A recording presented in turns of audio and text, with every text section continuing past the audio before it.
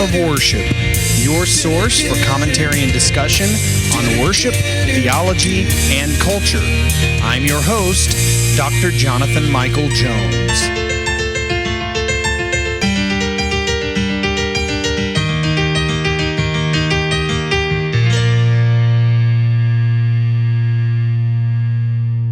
Hello and welcome to the Act of Worship podcast. This is Dr. Jonathan Michael Jones, and it is great to be here with you today discussing matters related to worship, theology, and culture.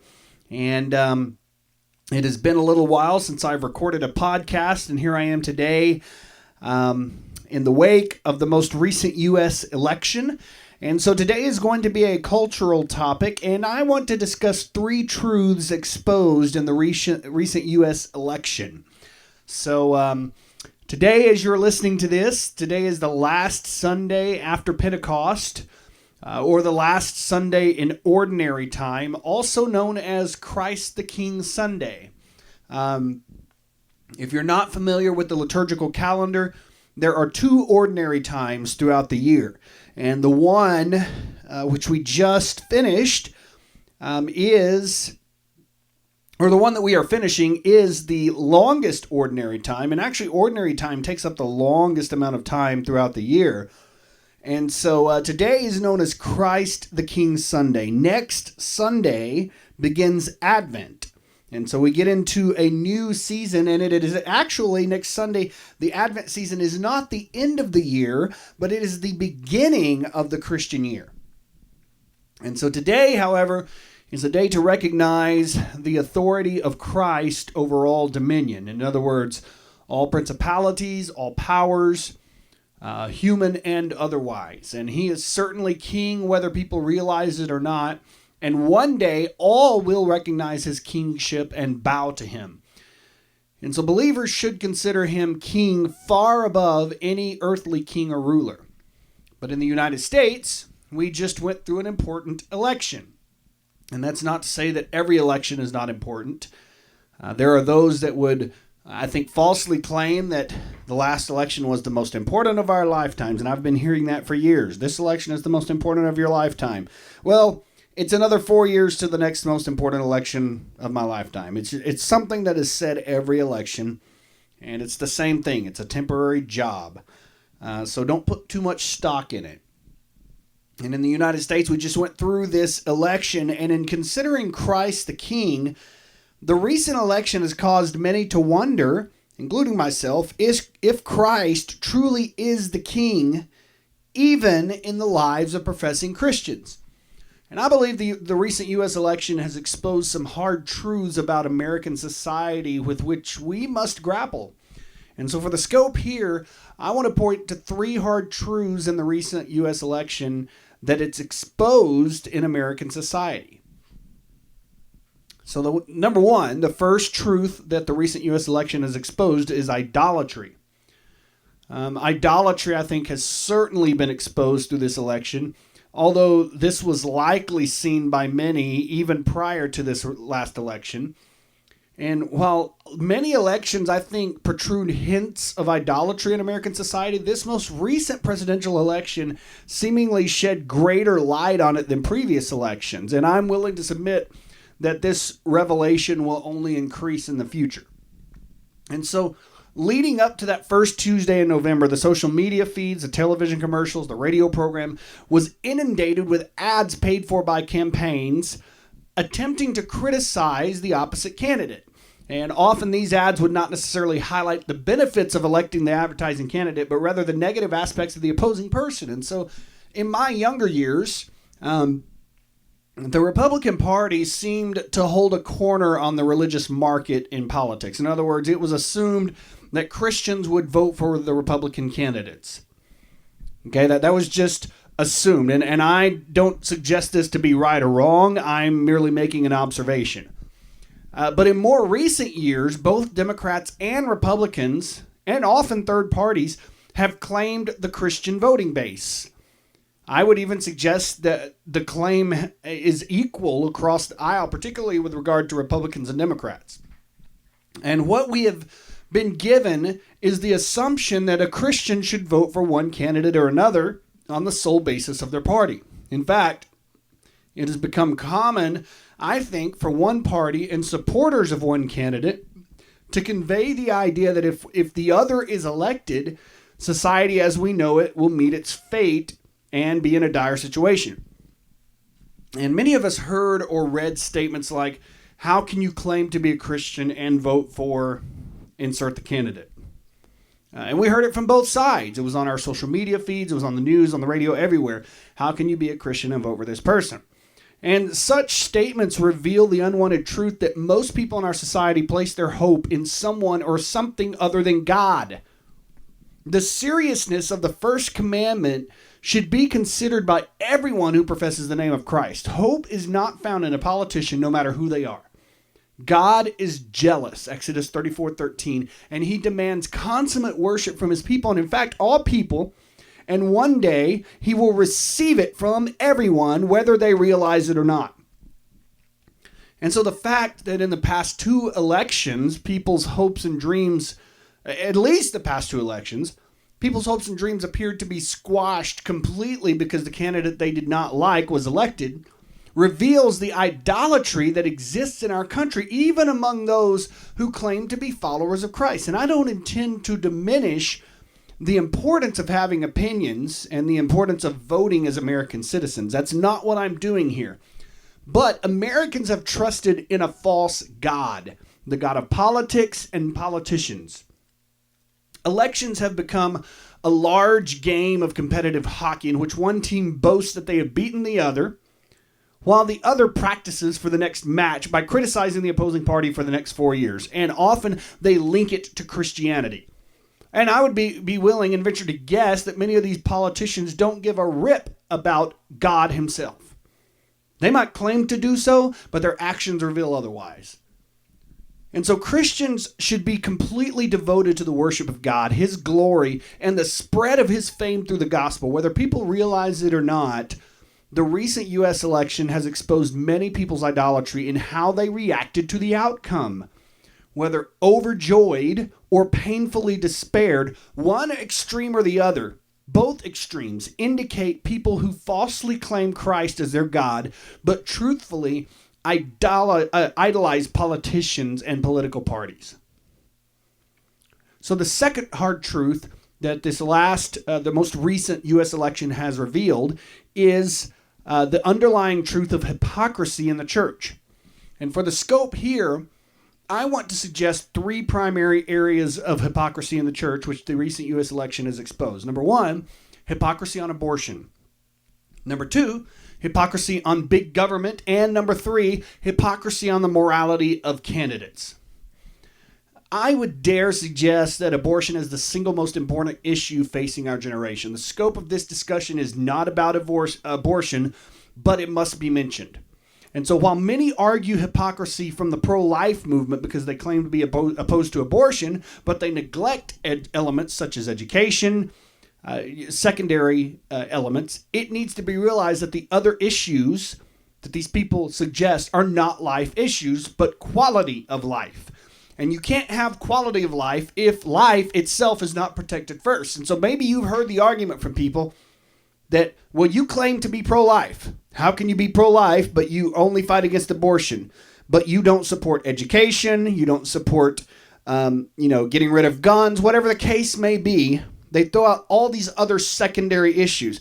And they are wrong to just assume that because someone fights against abortion, that they don't support education. They may have a vastly different concept of it. And in fact, I myself believe that education is not a government responsibility. And so there are those that would equate that to not caring about education. Okay, it's a false assumption. Nevertheless, they make these assumptions on these secondary issues when really they aren't even on the same level. Abortion is a life issue. These other issues are quality of life issues. And we can get into those discussions once we first protect life.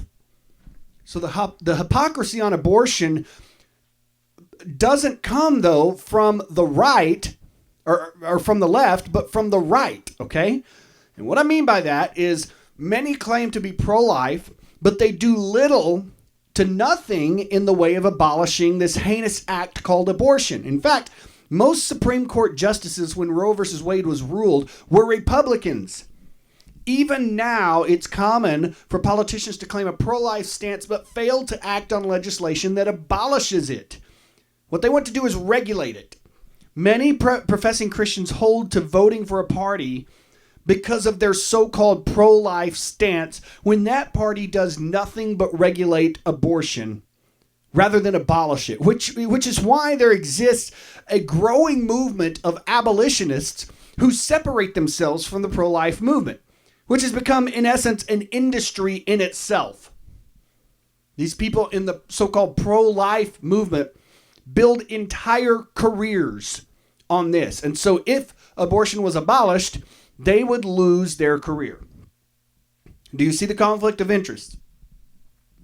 So this recent election has exposed the hypocrisy of people who claim to be pro-life, but they continue to vote for candidates that have likely done nothing and will do nothing on the issue of abortion. They might throw out legislation every now and then and sign off on a piece of legislation that as much as regulates it, and that's about it. And so you think they're doing something, but they're really not. Another area of hypocrisy is found in the concept of big government. Okay? Now, as a Christian, this, I believe, is a secondary issue. I think you can be a born-again, sold-out follower of Christ and still believe in perhaps a larger government than I do. I am one who believes in small government. That is a personal opinion, and I do believe it is the right opinion, but we can get into that later. Republicans tend to claim small government philosophy when essentially what they really are is another side of the same coin. The reality is that debt has massively increased under the leadership of both parties. The deficit has increased, and big government programs continue to rise to the point of controlling the American society. When enough people work or gain their livelihood from some form of government, people will likely not vote themselves out of a job. And for the Republican Party to claim a small government mentality, 2 out of 3 of the biggest government decisions I have known in my lifetime have come from Republican leadership, and that is the Patriot Act and the legalizing of civil forfeiture in the name of the war on drugs. The other decision, if you're curious, is the Affordable Care Act passed under Democratic leadership and signed by President Obama. But 2 out of 3 of those were under Republican leadership. I believe they were completely unconstitutional and 2 of the most big government decisions I have seen in my lifetime. And those who pay attention realize that the Republican Party is almost equally as big government-minded as the Democrat Party. But many professing Christians claim to vote for one party or the other because of their small government philosophy. And I believe wrongly, some people link that to Christianity. In other words, if you're a Christian, you should believe in big government or you should believe in small government. Okay, I'm not getting into that because neither of those are linked to Christianity. You can have an opinion on one and you can believe one or the other, and it has no bearing on whether or not you're a Christian. Okay, you can be a big government person. That is your call. And that is not wrong or sinful. That is your call. My belief is small government, but that is not derived from my Christian beliefs. A third area of hypocrisy is the morality of candidates. This type of hypocrisy is seen by all parties. In fact, both parties, Republicans and Democrats, pointed to the opposing candidate as an immoral person while looking past the failures of the other candidate. And it's been said that Americans have had to vote for the lesser of 2 evils. The fact is that until Christ returns, people will always vote for the lesser of 2 evils. Moral failures are a part of human existence. If Christians desire to love like Christ, forgiveness needs to happen. And it's also necessary to consider the failures of all candidates. Hypocrisy was revealed in this recent election not only by Christians pointing to the immorality of one candidate while looking past the others, but also by failing to forgive as Christ forgives. You're not going to get a perfect candidate. And so may God give us eyes like Christ as we see people whom he loves and treat them as such. Everyone fails. How we respond to the failures of others is telling about the spiritual condition of ourselves. So we live in an imperfect system. This is the third item that has been exposed through this recent U.S. election. The imperfection of our system. The electoral system is mainly what I'm suggesting here. And in suggesting this, I don't intend to diminish the greatness that is the United States, because the U.S. system of government is far greater than others around the world. But anything apart from Christ and his kingdom may only be imperfect, no matter how good it is. We talk about a better union. Well, we're always going to be getting better, but we're not going to be perfect ever. Christians need to be okay with that, because until the church is with Christ after life on earth, his kingdom is seen only partially. And the pitfalls of the U.S. electoral system were revealed in the confusion after the election. Often people have the idea that the United States Constitution is an infallible document. That title only belongs to Holy Scripture. Even the documents of the United States founding fathers are replete with human errors. And I am not suggesting at all that the U.S. Constitution should be thrown away or drastically changed at all. In fact, when I think of the U.S. Constitution and the Bill of Rights, I think of the first 10 amendments.